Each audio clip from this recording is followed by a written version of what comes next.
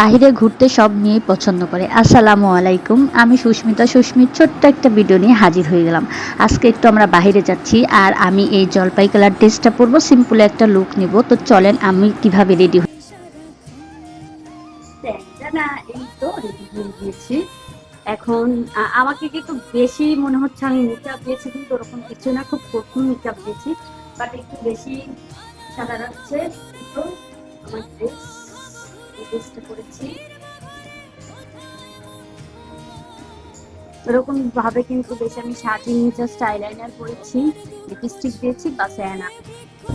আর চুলটা আমি এভাবে দেখি।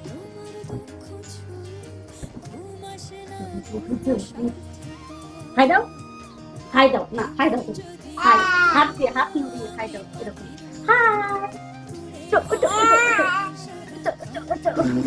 হাই,